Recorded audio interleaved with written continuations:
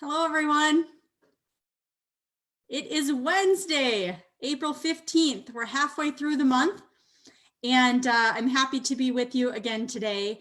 We continue to do these Monday, Wednesday, and Friday media briefings to help make sure that you are up to speed on everything COVID-19, local and regional, as best we can. So today we have a special guest with us, and I'll be excited to introduce her as soon as I'm done with some of my updates. I'll start with case numbers as I usually do.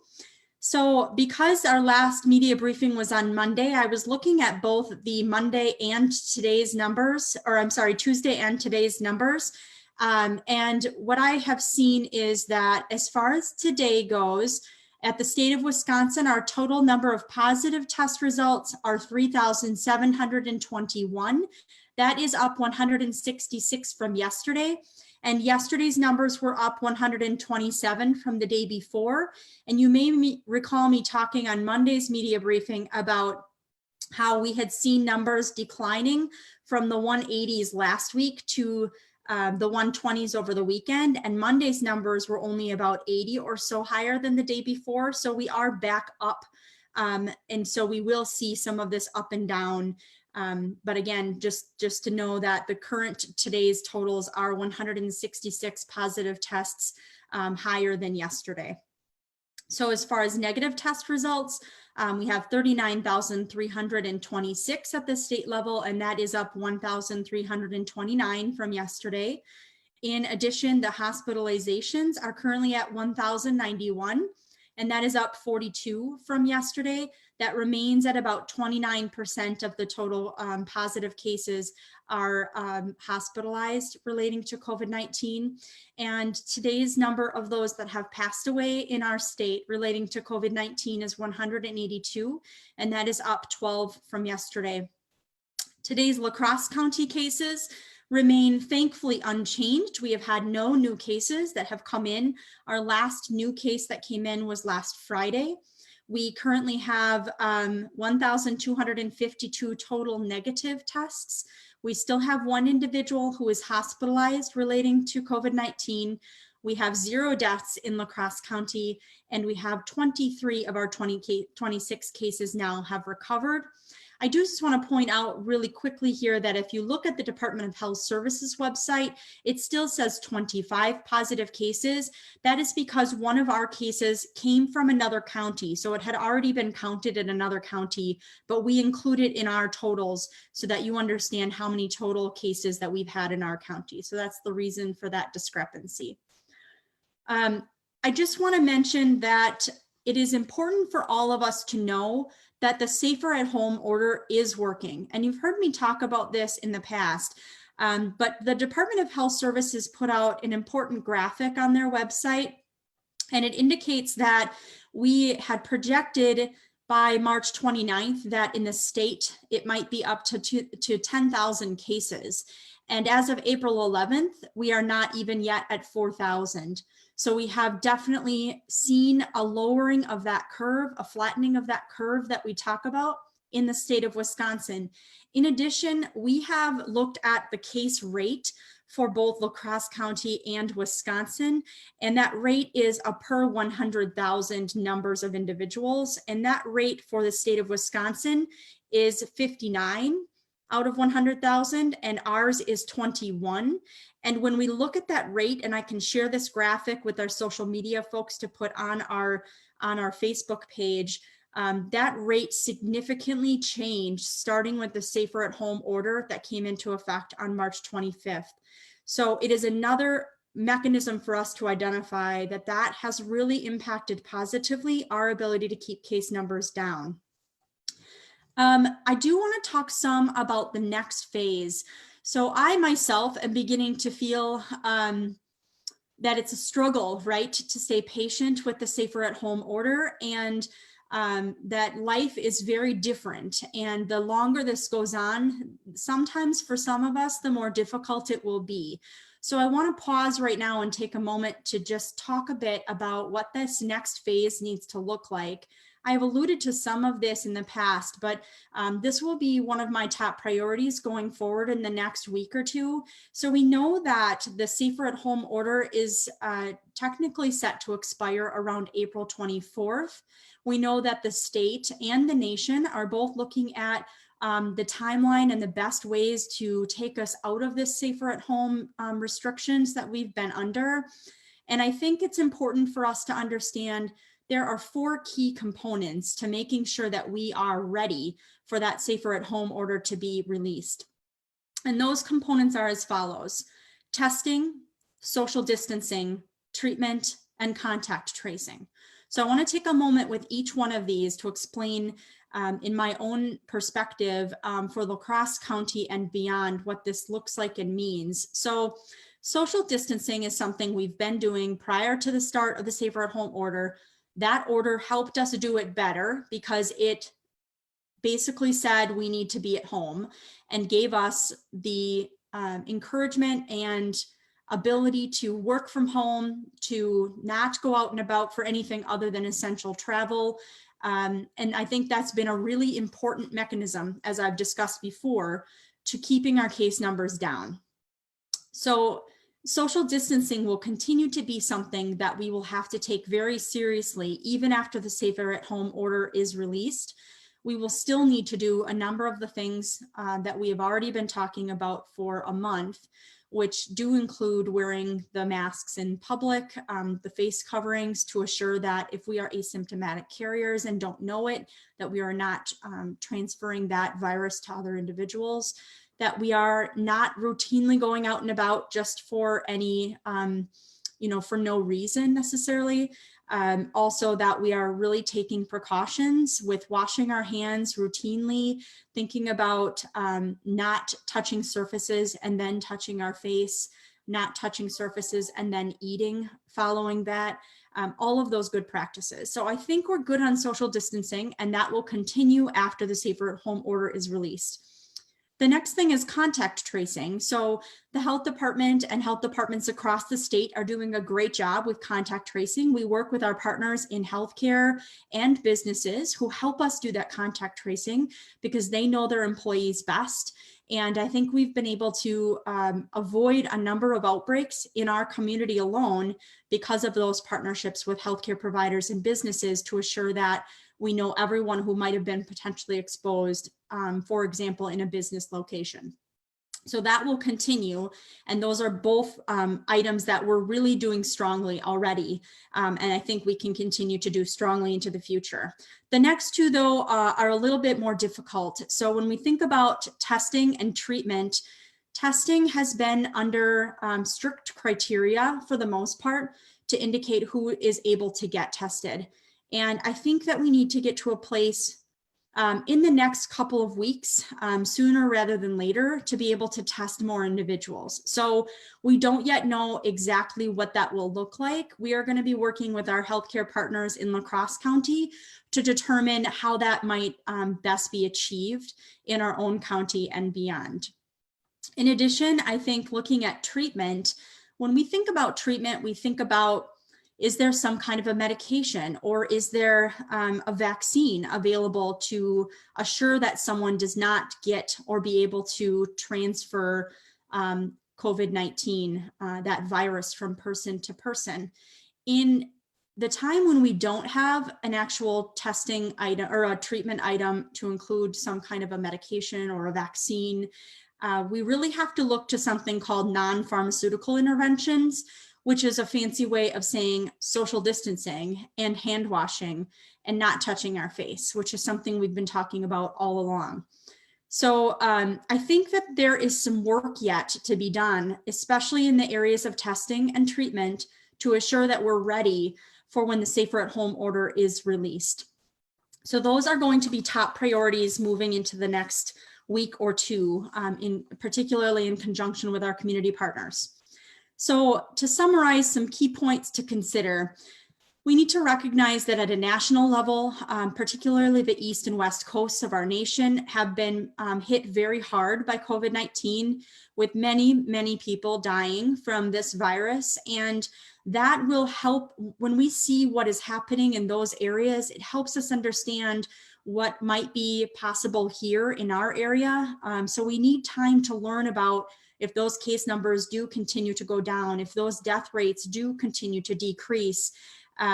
We are hoping for that to be the case, and we need to use that as a piece of information to determine what to do here.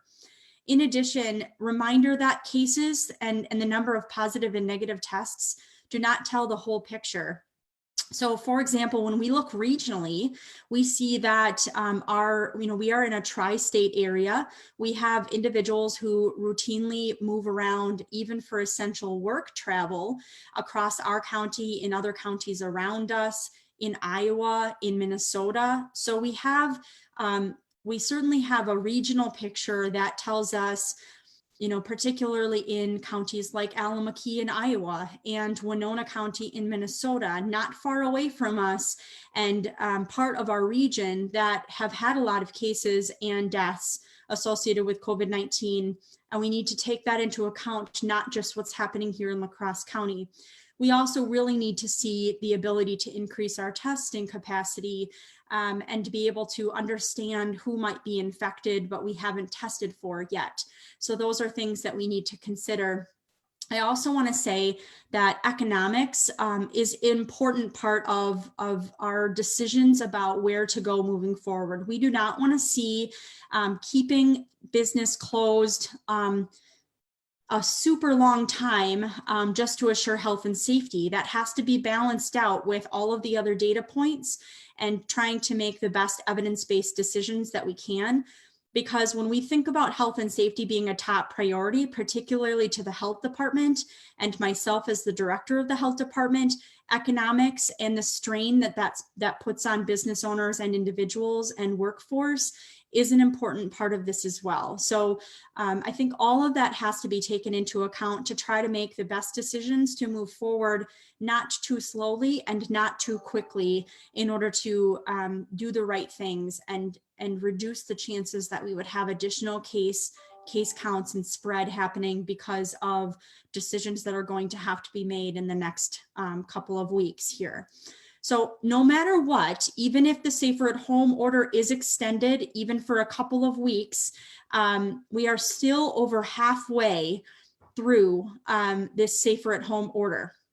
And so I just want to help individuals in our community understand the perspective that while this is difficult to stay under a safer at home order, that we are over halfway there, and we can do this, and we can do it together, and we just have to stay the course. And I ask for each of you to try to be as patient as possible to assure that we can do this in the best way and in the right way for our community. I do want to just say that I have looked at a number of resources around testing and screening, and understand that there are a number of things popping up across our country, to include Abbott Labs, for example, having a new antibody detection test that could potentially screen individuals to determine if they've been infected in the past. Of course, we have tests that help identify if people are infected now. Minnesota has been talking about, forgive me, right in the middle of the media briefing.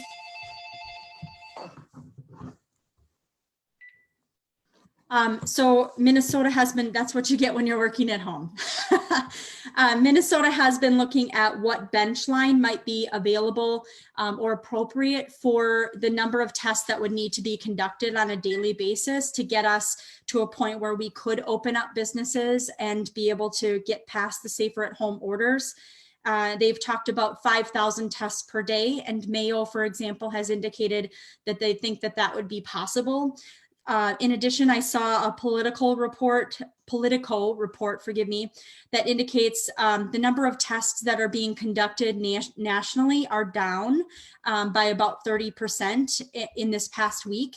but yet commercial labs are not indicating that they have had testing capacity where they're just waiting for samples to come in. So I think we have a lot yet to learn and determine about our capacity and our ability to move forward safely. And again, that will be our top priority in the coming weeks.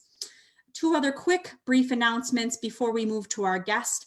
First and foremost, that you may have heard, we are supporting some local initiatives relating to food insecurity, and there will be a food drive coming up starting this Friday. And there are 3 locations across our community that will be available for food to be brought to those locations to support those in our community that are struggling with food insecurity. But I also want to mention that we have an unidentified donor who has offered up $25,000 to match anyone who gives a financial donation that would be matched by this donor. And that is just a wonderful way of supporting this effort in our community. So you don't have to bring food. You can also share a financial donation and know that it would make a big impact for those in our community. And then just a brief note that rummage sales are beginning, and thrift sales and things like that. Kudos to those that have the energy to do that. I think it takes a lot of work, but just a note that those are not considered essential businesses and would be bringing people together in a way that would be potentially unsafe. And so we are at this time indicating that rummage sales are not an essential business. It would not be appropriate to occur at this time until the Safer at Home order is released. So at this time, I would like to invite Katie Drury, who is our guest for today. I'm so pleased to have Katie on. Katie and I have had connections on various things in the community, to include the United Way Board. I have a lot of respect for Katie, and Katie has been willing to come on and share her experience, having been one of the individuals in our community who has had the virus, COVID-19, and has recovered from it. So thank you, Katie, and the mic is yours. Thanks, Jen. Thank you for having me on today.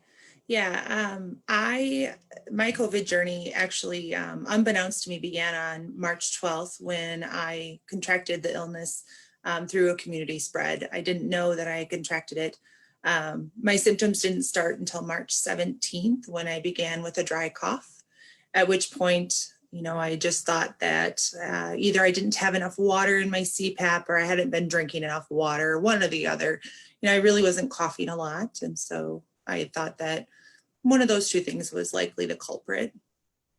And March 18th, we found out that the schools were closing, and we had found out before that, but March 18th, the schools had closed and there was a lot of stress happening.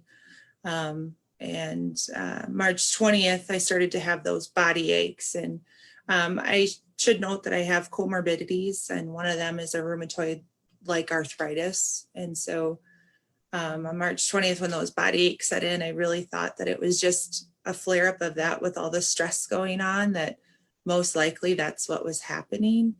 So I didn't really think anything of it. I actually took ibuprofen, which later I found out was contraindicated, but took ibuprofen to help in addition to my daily meds to help with that.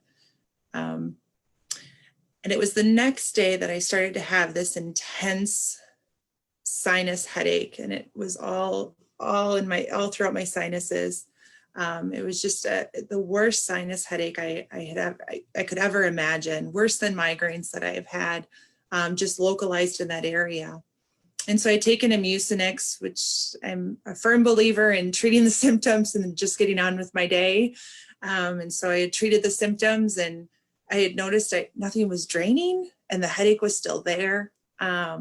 And that continued into the next day, which was a Sunday. And I thought, something's just not right here. And so, of course, I waited till the next day because that was a Monday, and you wait till Monday when providers are in the office. And I just thought, I had already been informed that I was potentially exposed to COVID. And while my symptoms weren't really lining up with what I had read and understood about COVID, up until that point, I had really immersed myself in the literature so I could better understand the disease process. I still wanted to let my provider know just in case. So if I were to develop a fever, because at that point I hadn't had a fever either. So I wanted to make sure that I let them know that, hey, I'm experiencing some weird symptoms. Just wanted to let you know. Well, they had sent me a message back and let me know they wanted me to come right into the ER and get evaluated and tested. They had told me that I was high risk for contracting the illness and wanted me to come in, and I messaged them back and said, wait a second, you're telling me I'm high risk. I don't want to come to the ER where I could potentially get it if I don't have it. Can we compromise on something here? And they agreed for me to do the drive up. So I did the drive up, and within 24 hours, I received the results that I was positive for COVID-19. At which point I was told that I was going to receive a call from the county and that it was a reportable condition, and that I needed to isolate myself to my own bedroom and my own bathroom. I was asked if anybody in my household was sick, and my children, I have an 8-year-old and a 10-year-old and my husband, and we have a relative who lives with us. I was asked about their symptomology at the time. Nobody else was sick. And so I went to my bedroom and my bathroom. We're fortunate to have 2 bathrooms, which is where I remained for the duration of 10 days until I was able to leave my room.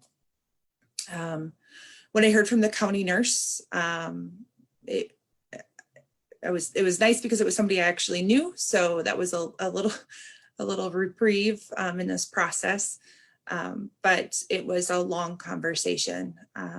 This was over a week from the time that I was exposed, and I had to recall a lengthy time period of people that I had come in contact with. She had to give me an exposure time frame of, who were you in contact with on these days from when your symptoms started, and then 3 days back, and who did you see, and what are their names, and what are their phone numbers. My employer, they had to contact my employer and let them know that I was positive for COVID-19. And all of these people had to be contacted. I did request to be able to contact them first because some of them were my children's friends, and I didn't want the parents to be called and concerned for their, I just wanted them to hear it from me first.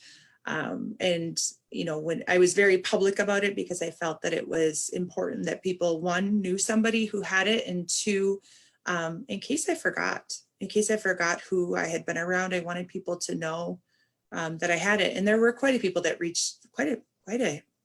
that reached out to me to say, am I at risk for this? And I shared with them the information the county had shared with me. And I was proud of them for taking the due diligence of checking into it for their own safety and the safety of others.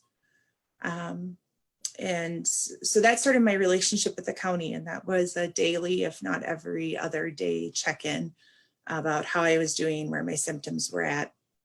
I don't recall every conversation because I did get pretty sick. I had my own oxygen saturation monitor.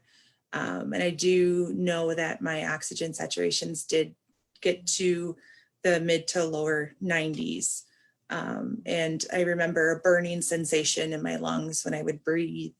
I was short of breath. I continued to have that sinus headache and the body aches and extreme fatigue, almost like when I had mono when I was a lot younger, about 20 years ago. But I do remember just that extreme fatigue of not being able really to stay awake for very long. And that continued. It was, I believe, 7 days of an extreme illness until my symptoms changed, where I had 3 days where my symptoms changed and started to improve, that I was able to actually start counting my days to freedom, where I was able to leave my room and hug my children again and hug my spouse and thank him for taking care of me for all that time in the household and our children. But then I was isolated to my home for 7 days. I couldn't leave my home for those 7 days following leaving isolation. So the total time frame of the illness, I think sometimes can be misleading, just because my exposure was on March 12th, and it wasn't until April 8th that I was actually able to return to society, if you will. Even though we have a stay-at-home order, I was able to go out and go for walks. So it was very different. It was very different. Yeah.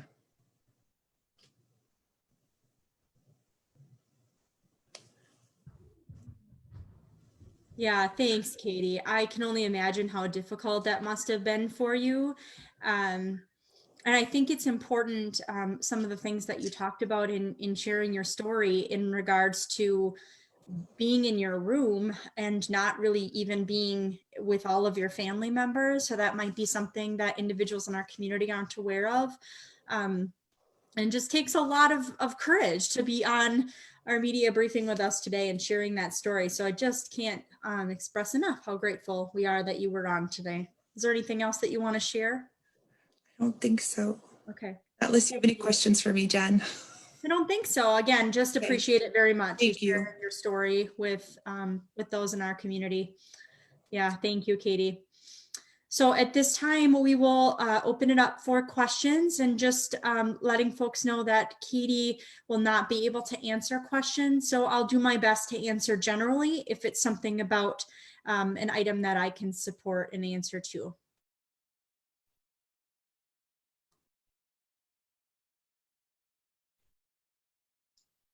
Does anyone have any questions for Jen today from our media?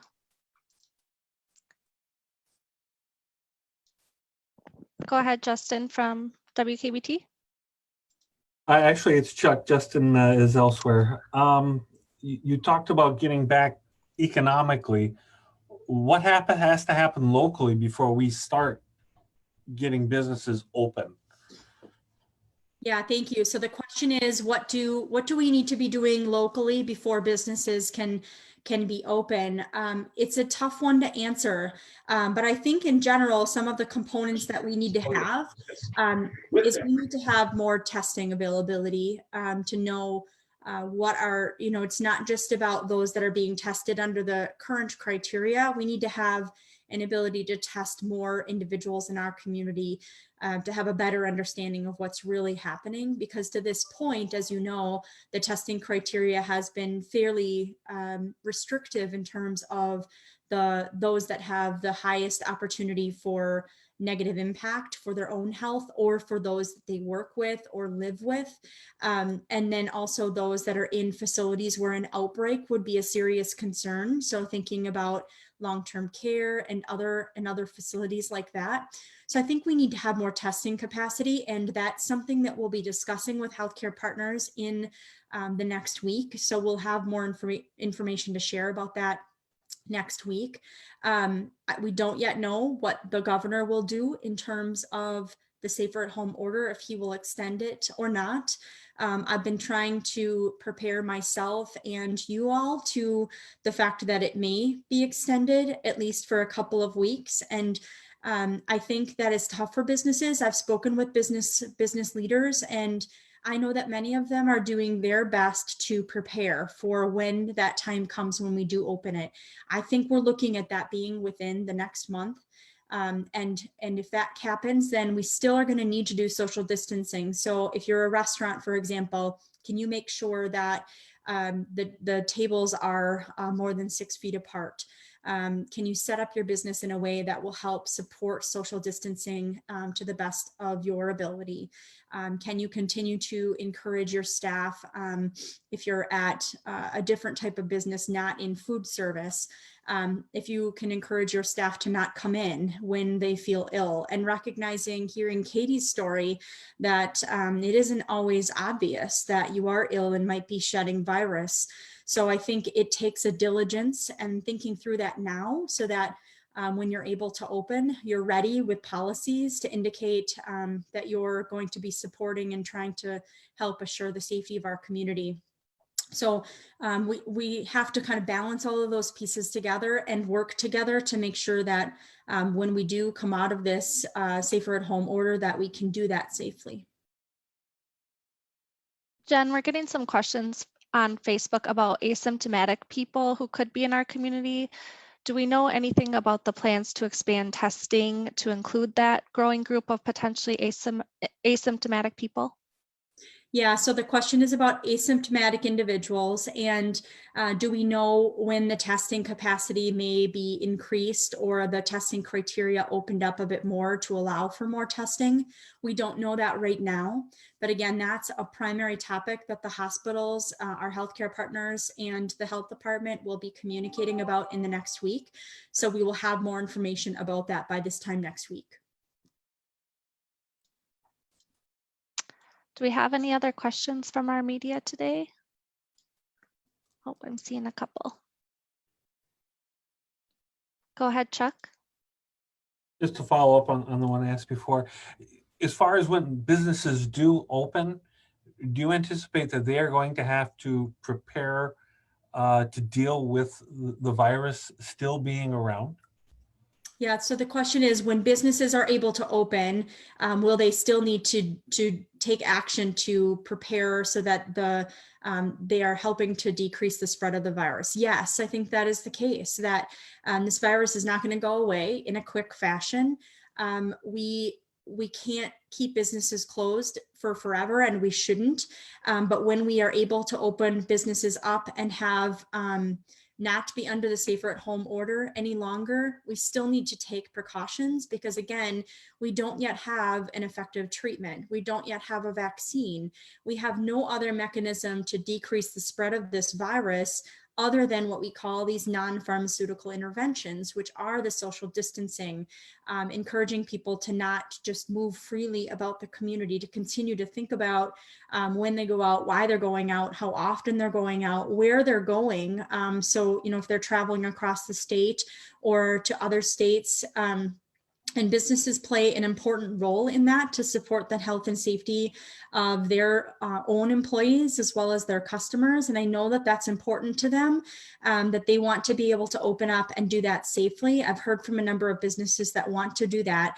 So again, I think thinking through some of the things that they can be doing, they can be preparing now so that they're ready to open safely as soon as the safer at home order goes away. And we have a number of recommendations that we can support businesses if they have questions about that.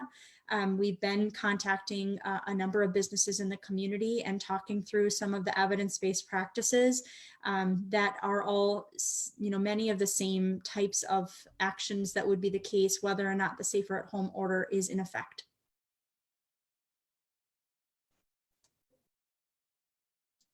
Go ahead, Caitlin from WIZM. And we had heard over in Winona County, their number of cases, positive cases anyway, nearly doubled because there's a little bit of a backlog on testing. Is there any concern that something like that may hit in La Crosse? Because we've all been pretty optimistic with having no new cases for several days now. Yeah, so the question is there a possibility that there's been a backlog in testing and that we might see a number of cases increase in the near future because of testing? I don't anticipate that happening, but again, cases can spike for a number of reasons, to include if there's been an exposure potential that really impacted a number of individuals. So I know that counties across the state, for example, are thinking about the election. And now that we're about, we're about the time where we would start to see cases come in where individuals might be tested if they were exposed during that. Our county did a really good job. I really give kudos to our county clerk and her team. I think that the election process for our county was as safe as it could be. But I do think that, when we look at places like long-term care facilities, for example, if there is an exposure that results in a number of individuals that could potentially get symptoms or need testing, that can really quickly increase your number of cases. So while we're remaining steady at 26, I just continue to stress the importance of all of the good work that you all are doing out there, because it doesn't take a big change to impact case numbers in a big way. So for example, if we were not really strictly keeping individuals in long-term care facilities from coming in and visiting their loved ones, which is really hard to not be able to go see your loved one in a long-term care facility. But again, we've had situations where an individual was wanting to come in and visit a loved one, was not allowed in because of those lockdown procedures, and then tested positive, and could have potentially, if had been allowed in that facility, could have exposed a lot of people, potentially those, or especially those that are at high risk of severe disease. So again, all of those practices make a really big impact to keep numbers down. Any other questions for Jen today? Okay. Thank you all. Appreciate you being with us again today, and we will see you on Friday. Stay safe.